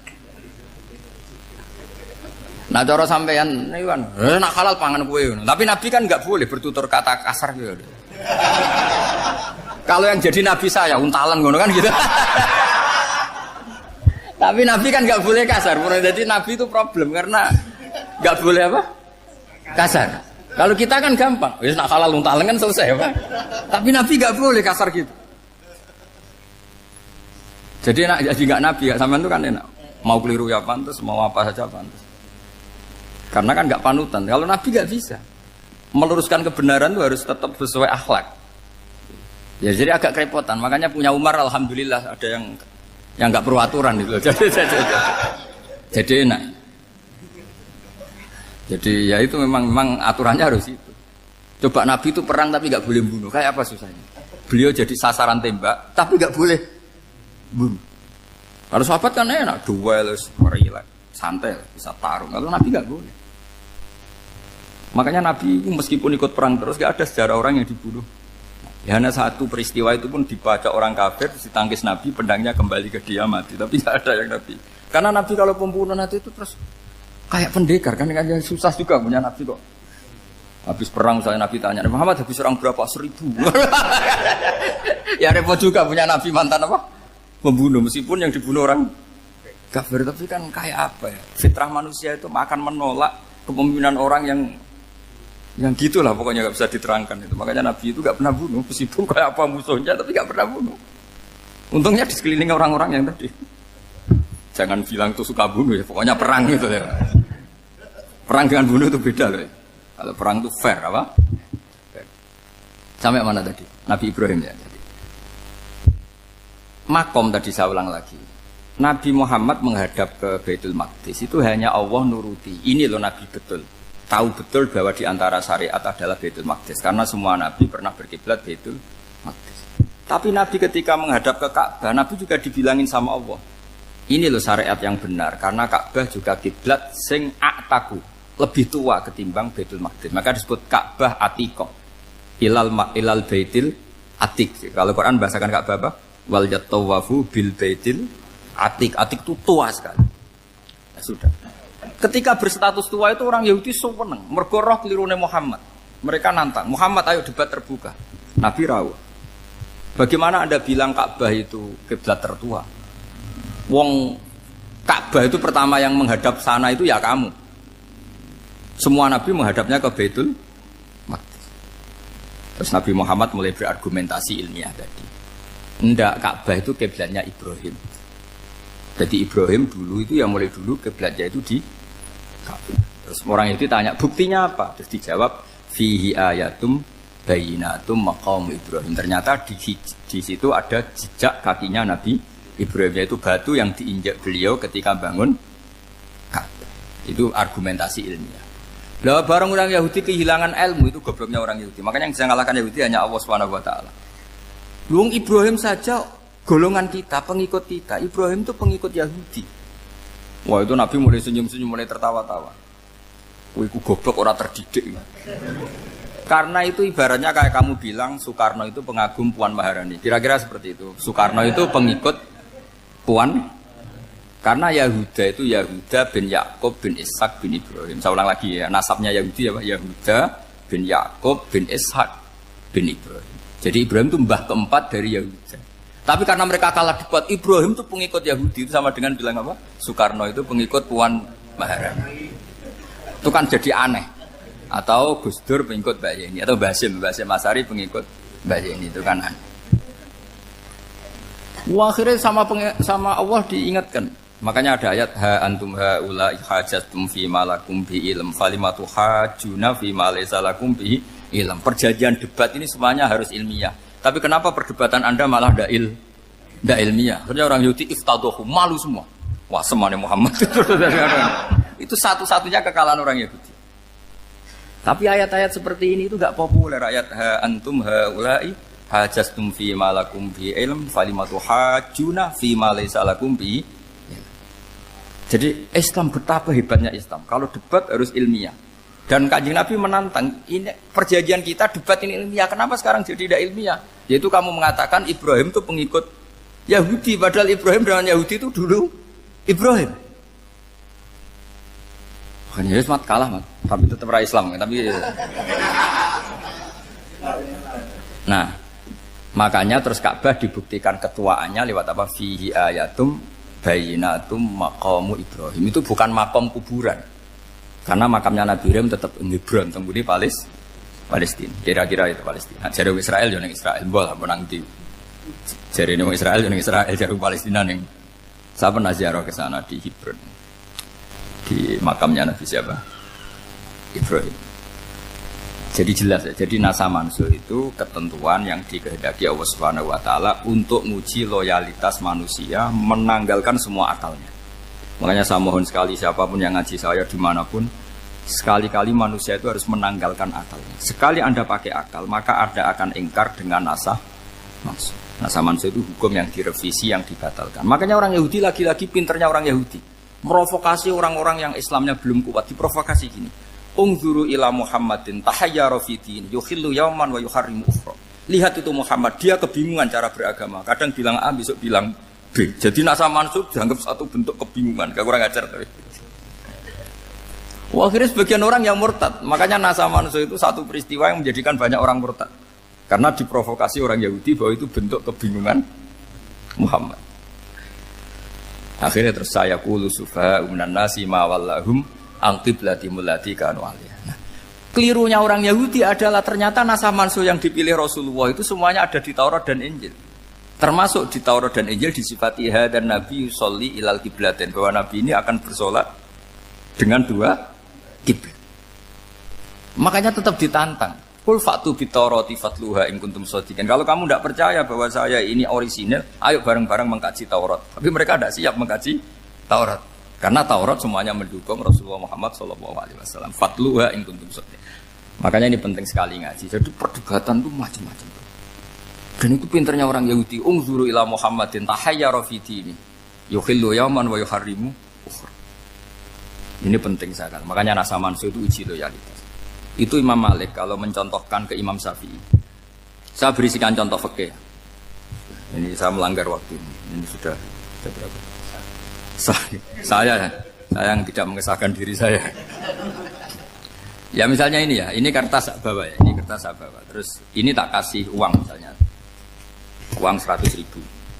Atau kalau contoh Imam Syafi'i dulu dididik Imam Malik begini. Ya Syafi'i kalau kamu punya 2 budak, 2 pembantu, kalau dulu kan masih ada budak, 2 pembantu lah kira-kira. Seneng mana, yang cerdas sama yang goblok? Seneng yang cerdas. Kalau yang nurut sama yang bantahan, seneng yang nurut. Lah yang nurut itu yang goblok. Makanya tinggal dibalik saja. Kamu tak beda ya. Seneng mana punya istri yang cerdas apa yang goblok? Coba jawab. Atau ibu-ibu mbak-mbak ini, seneng mana punya suami yang cerdas atau yang goblok? Kalau cerdas gak bisa diakali. Tapi goblok nurut tapi ya kadang di sini-sini kan di sini. Nah, itu kan antar manusia. Masalahnya kita menghadapi Allah Subhanahu wa taala yang semua kita pasti bodoh. Kita menghadapi Allah Subhanahu wa taala yang semuanya kita pasti bodoh. Allah jelas ngendikan wa kanal insanu dzaluman jauhlah, manusia itu banyak dolimnya. Dolim itu sifat mubalaghah. Kalau orang dolim sekali dolim, kalau sering zalum, kalau jahil biasa jahil, kalau banget jahile jahul. Bahasa Arab kan gitu memang. Ghafir pengampun biasa, kalau ghafur selalu mengampuni. Syakir, makanya sifatnya Allah Taala ikut wazan faul semua. Ghafur, syakur, atau diikutkan wazan fa'al. Kalau goblok biasa jahil, goblok banget jahal kan itu. Kafir biasa kafir, kalau kafir banget kafar. Ya, jadi wazan balagha itu bisa fa'al, bisa faul ya. Kafirin, kafar atau kafur. Paham ya? Malah kok malah ngaji nahwu. Ya tapi ini memang perangkatnya ya. Ini kan perang mau tidak mau. Makanya misalnya Allah tidak suka kulla kafarin banget kafir ya, Pak. Paham ya? Kulla khawanin banget khianate. Kalau khain khianat biasa, kalau khawan sering khianat. Lah manusia itu kata Allah apa? Zaluman. Wis banget dolime, banget bodoh. Itu kalau yang ngarang hikam mencontohkan tuh gini, manusia itu pas bener saja salah, apalagi pas salah. Jadi manusia itu kata Imam yang ngarang hikam itu, man itu kanat mahasinhu masawiyah, fakih fala takunu masawihi masawiyah. Ketika baik saja buruk, apalagi ketika buruk. Coba kalau ada orang dermawan sama teman-temannya, tanyakan istrinya, duit dihambur-hambur, disekno konco ngalono bojo. Mesti itu. Teman yang sering silaturahim ke teman-temannya, kata temannya baik, senang silaturahim, tanyakan istrinya, oh meninggali wong gitu. Jadi manusia pas baik saja ada buruknya, apalagi pas buruk. Makanya dulu bapak saya ngajarin saya istiqomah ya apik ya, tapi kadang-kadang nak keterusan itu ora istiqomah ngangkangi orang dia tidak punya kesempatan. Misalnya ada imam masjid ngimami terus sampai tua sampai mau mati, itu istiqomah apa tidak memberi peluang yang lain? Tidak jawab. Jadi itu manusia. Jadi pas baik saja buruk, apalagi pas buruk. Kayak saya gini di sini ngajar baik, tapi saya ada tidak sopannya harus di atas. Padahal banyak orang sepuh, ada Pak On, ada beberapa yang kan terpaksa nggak sopan. Tapi sampean yang nyuruh, berarti sampean yang dosa. Kemarin-kemarin saya minta di bawah supaya ganjaran saya utuh, ini gara-gara begini ganjaran saya ini agak terkredit apa? Terdebet itu karena itu. Saya teruskan. Jadi manusia itu punya sisi itu karena manusia itu dzalum dan apa? Jahul. Wa kanal insanu dzaluman. Problemnya ini ngadepi Allah yang selalu pinter, yang kita selalu bodoh. Misalnya gini, kamu ditanya Allah. Ini contohnya Imam Malik. Ikla hadi sokhroh fa inna tahtaha dhahaban. Coba bongkahan batu itu kamu angkat, di bawahnya ada emas. Lalu budak yang pinter berlogika, oh disuruh buka itu karena ada emas toh. Berlogika. Kalau budak yang goblok enggak, ya disuruh ya diangkat saja. Ada emas apa enggak karena perintah ya diangkat. Yang satu nurut karena perintah, yang satu nurut karena ada emas, ada sesuatu. Logikanya suatu saat Tuhan itu hanya bilang gini tok, ikla hadis sokhroh, batu itu angkat. Yang nurut yang goblok permanen tadi kan langsung ngangkat. Yang pinter, ini ada apa lagi Gusti kok harus diangkat? Ya gak ada apa-apa, nyuruh saja kata Allah gitu. Oh ada bisa, sesuatu harus ada alasannya. Itu kira-kira mangkel loh Pak? Oh mangkel.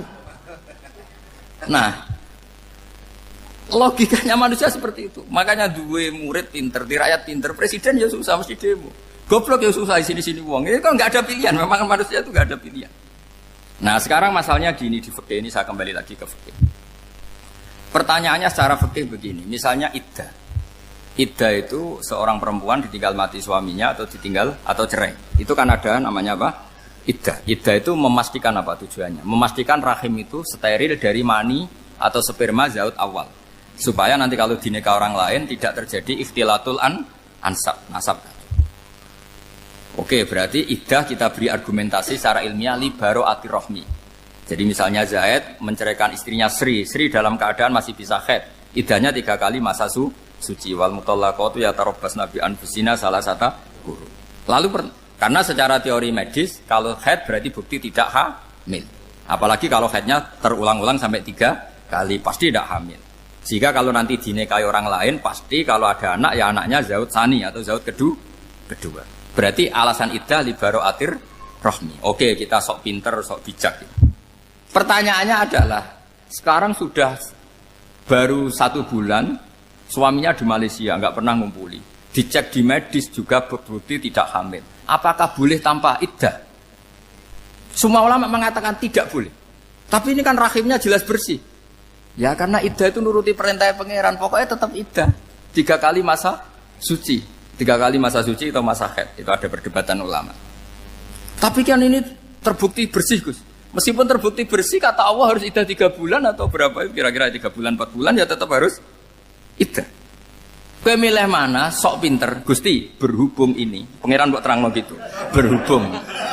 Jadi Tuhan apa mbok wari? Berhubung Gusti. Ini jelas steril dari sperma zaut awal. Enggak usah iddah, Gusti. Sama aja kamu disuruh majikan kamu ikhla hadis safra, berhubung nggak ada apa-apa, nggak usah ya. Kira-kira mangkel nonda budak yang seperti itu. Mangkel. Maka dibutuhkan kebodohan dalam beragama. Betul itu memang. Makanya Nabi itu unik, pernah bilang begini, aksaru ahlil jannah al-bulu, aki-aki penduduk swarga itu al-bulu, wong goblok-goblok. Maksudnya goblok yang jenis ini, bukan goblok betulan maksudnya.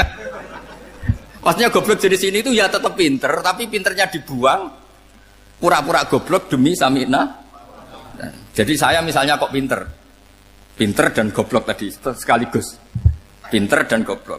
Ya bah, ikhla hadis sokhra fa inna tahta hadapan. Tak angkat karena saya tahu di bawah ada emas. Tapi di hati saya sajane ya mergo perintah. Suatu saat kok disuruh Allah ikhla hadis sokhra, perintah ya tak angkat. Ya sudah. Jadi ya pinter ya goblok. Saya tahu namanya perintahnya Allah pasti ada hikmahnya. Hikmahnya iddah adalah li baro'atir rohmi. Tapi hikmahnya jadi kawula adalah nurut perintah Allah, cek tahu alasannya maupun tidak. Lah di sini ada illatul hukmi untuk membangun kecerdasan, tapi ada loyalitas untuk membangun ubudi. Ya, bahwa kita ini kawula roh tetap loyal. Makanya tadi pagi saya cerita Sayyidina Umar. Sayyidina Umar kayak apa cerdasnya? Tapi tetap ubudi ya. Yaitu Rasulullah SAW sering dibully orang kafir. Muhammad tuh gaya-gaya nantok. Wong ora oleh nyembah berhala, ora oleh nyembah watu, jebule dekne nyembah Hajar Aswad. Karena dilihat dari jauh kan tetap nyium Hajar Aswad. Coba kalau kamu lihat dari jauh, kamu sujud dari jauh kan kayak sujud sama batu. Makanya Sayyidina Umar karena orang kafir masih cara berpikir gitu, tiap nyium Hajar Aswad itu komentar gedumel. Alim tu annaka hajarun la tadurru wa la tanfa. Walau la anni ra'aitu Rasulullah qabbalaka ma qabbal. Aku roh nak watu, ora mandoroti, ora manfaati. Kalau saja saya tidak melihat Nabi nyium kamu, saya tidak sudi nyium kamu. Jadi tidak berdoa, doa mustajab itu tidak gerutu. Karena apa? Umar tahu ini masalah secara tauhid. Kalau saya doa depan Hajar Aswad nanti dikira syirik karena berdoa di depan batu. Tapi kalau saya tidak nyium, nyulayani sunnah Rasul, yaitu nyium Hajar, wis tengah-tengah nyium sambil gerutu, itu sudah kompromi. Ya nyium tapi gerutu. Kayak apa? Makanya ya cerdas tapi ya goblok tadi ya cerdas. Itu uniknya Rasulullah. Jadi muji orang pintar ya sudah langit. Tapi Nabi pernah dalam satu hadis mengatakan aksaru ahlil jannah al-bulbu. Aki-aki penduduk swarga itu orang bodoh. Artinya orang bodoh itu bukan bodoh betulan. Dia meninggalkan akalnya demi loyalitas ubudiyah. Nah, untuk menutup sesi ini terakhir betul tak tutup selain ini selesai. Untuk menutup itu bukti begini, perang Badar itu perang yang nggak mungkin dimenangkan umat Islam karena orang kafir itu 1000 dengan pasukan full dengan peralatan perang full.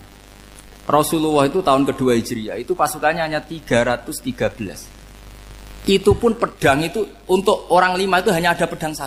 Jadi kalau mau dibaca orang, sih kamu nilai pedangnya aku. Itu kan nggak kebayang perang dalam keadaan seperti itu. Jadi mesti kalah, orang kok mungkin kalah, mesti.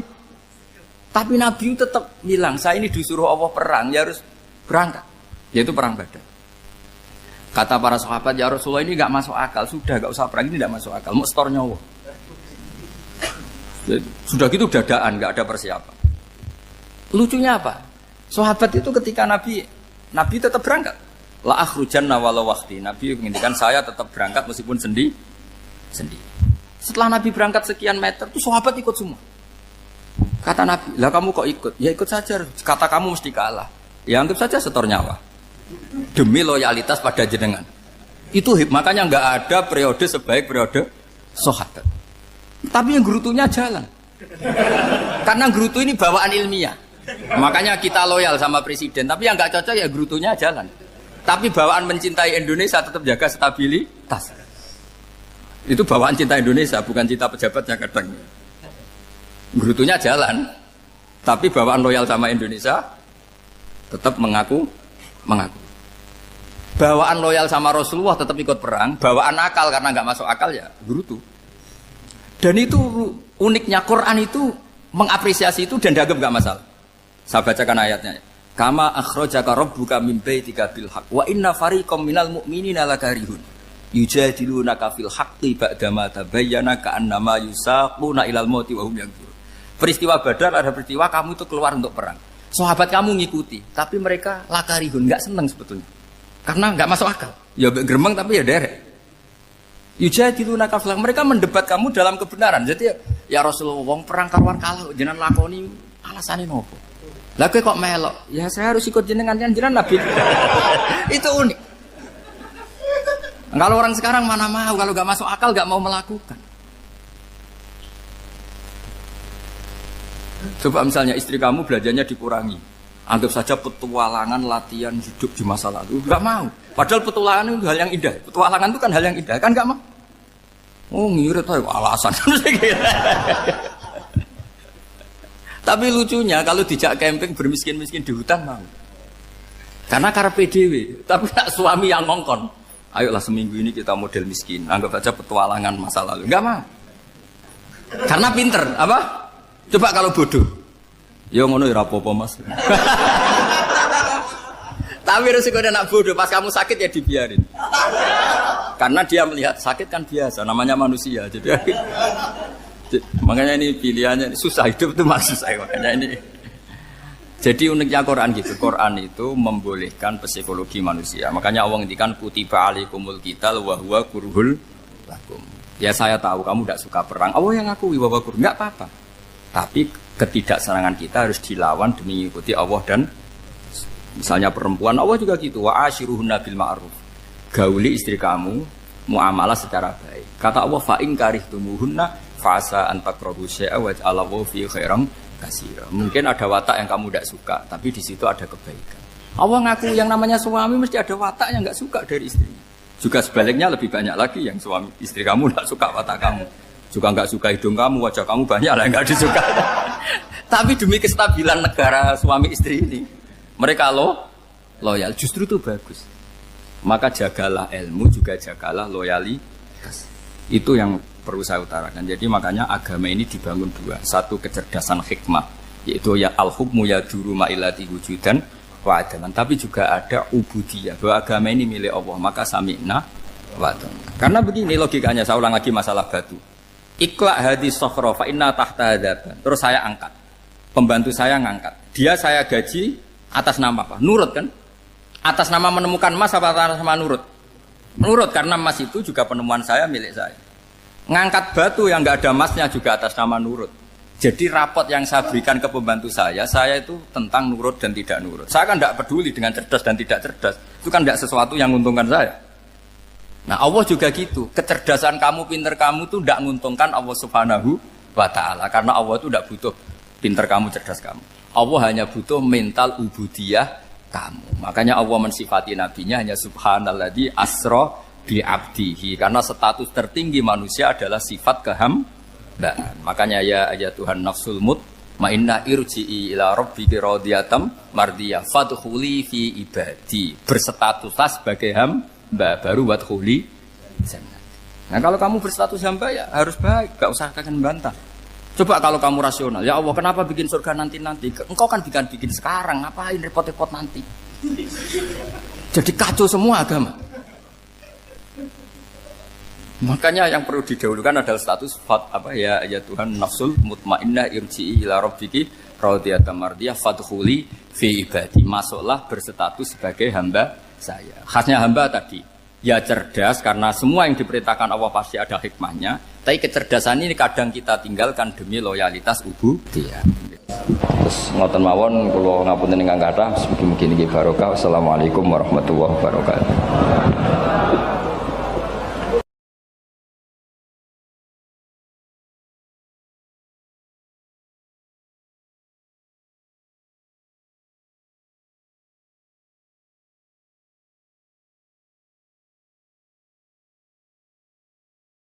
Ono bajingan kondang, gak tahu konangan.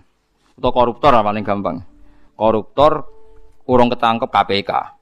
Terus dicolong. Iku sing njupuk barang ning omahe terus darani maling. Padahal luwih maling koruptore.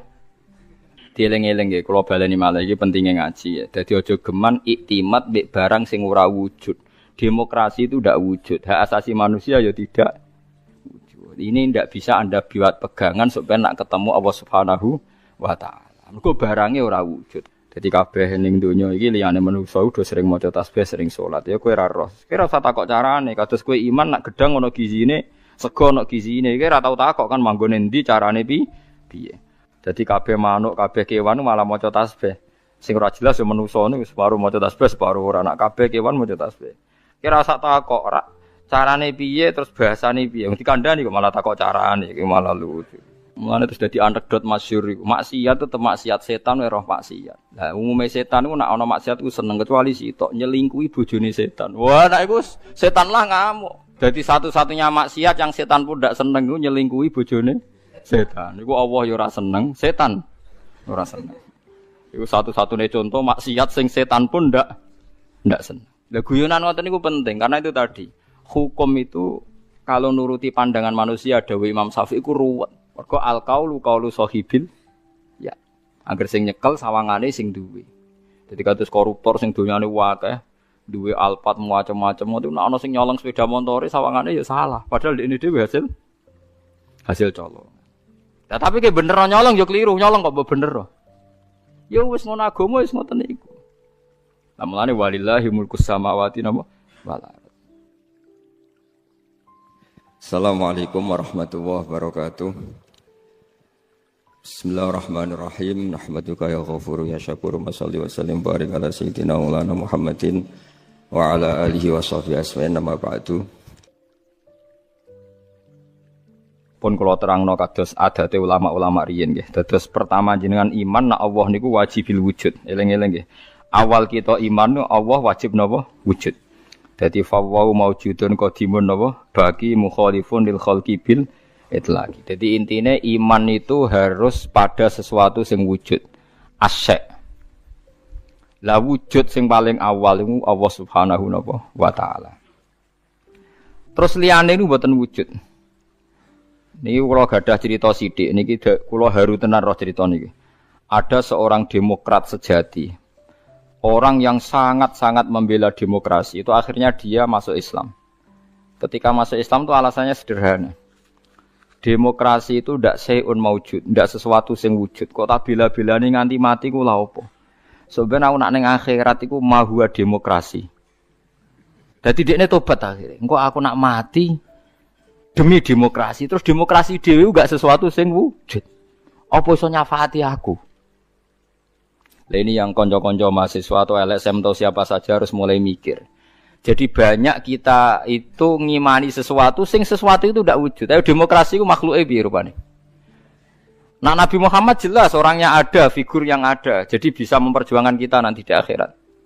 Kiai jek ono, masih ono sing darani syirik lah nak percaya kiai tetep wonge ono. Lah nak demokrasi. Ya sebenarnya akhirat, ya Allah, saya mati ini demi demokrasi, celukan demokrasi. Kon ngajukan apa? syafaat. Lah makanya ngendikane ulama-ulama, kula nerangno model ulama kuno mawon. Iman niku titenane sing bener sitok, iman mbek sesuatu sing wujud.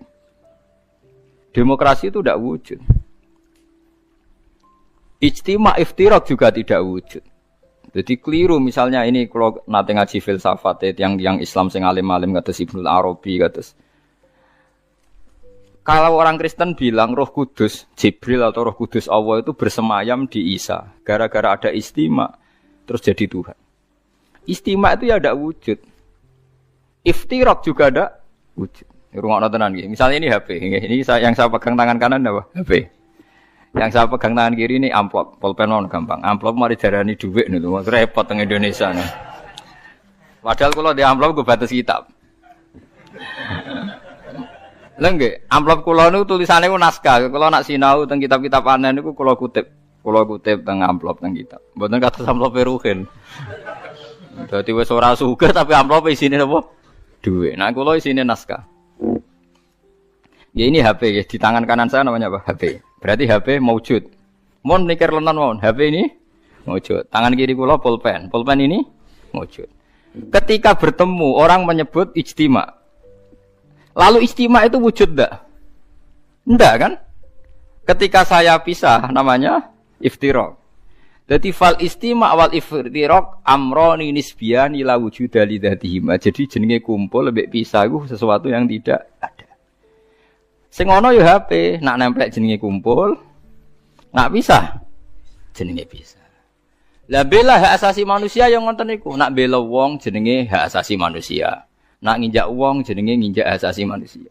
Tapi hak asasi atau demokrasi itu sesuatu yang enggak wujud. Sebenarnya bengok-bengok piye ya demokrasi, saya ini mati demi engkau. Goblok gak misalnya wong mati demi demokrasi. Nah, makanya Islam itu mendorong aja sampai kowe koyo wong kafir nyongko amale ana gunane jebule muk koyo amun-amun mbok sangka banyu jebule ora ana. Koyo kowe nyongko demokrasi sesuatu sing sakral jebule barange ora ana.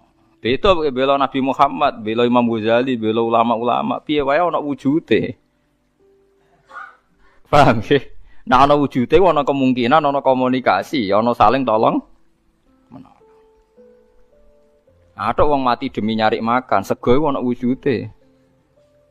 Ya iku paling angel ning bab filsafat. Tapi manusia itu seneng ae tertipu mbek sakasaro bim biki ati yahsabu dzamanu. Nah, dadi barang ra wujud disangka wujud. Wau kados amun-amun disangka wujud jebule. Lah wujud kula baleni malih iki. Kecuali begini, Anda bela demokrasi karena itu mbok anggap amal soleh yang disahkan Islam. Berarti kan bukan karena demokrasi, karena panduan Islam yang membenarkan ada di antara bentuk. Kalau berarti itu, kalau begitu kan Anda dipandu oleh apa? Islam. Misalnya ada orang kecil ditindas majikannya, terus kamu bela orang kecil. Wah ini atas nama demokrasi tidak boleh. Tapi di hati kamu sebetulnya bela Islam, karena Islam menyuruh menolong yang lemah. Yang menolong yang lemah dalam konteks nasional misalnya dibahasakan demokrasi itu boleh. Tapi masalahnya juga nanti mungkin Rasulullah cemburu. Dadi yo sing apik ora jare aku tapi jare demokrasi. Lha iku yo repot meneh. Lah selama ini kasusnya begitu, semua kebaikan seakan-akan sumbernya dari demokrasi, tidak dari napa? Islam. Menolong orang lemah demokrasi, membela kaum minoritas demokrasi, menegakkan keadilan. Lah nek kowe ditakokno Kanjeng Nabi, dadi yo aku ora tau mbok sebut. Resiko lagi kan? Wes saiki semenjak ngaji ini ke milih ndi? Milih dipandu demokrasi apa milih dipandu Kanjeng Nabi? Tenan wani. Nah, engko nang isen ngarepe wong akeh lho, masalahnya kan kurang gaul misal. Nah, mulane wong kudu mikir, adinu aqlun waladina liman la kalala. Terus sing wujud iku HP, sing wujud iku pulpen. Nak ditemplekno jenenge kumpul, nak dipisah jenenge bisa. Tapi pisah mbek kumpul barang sing ora wujud.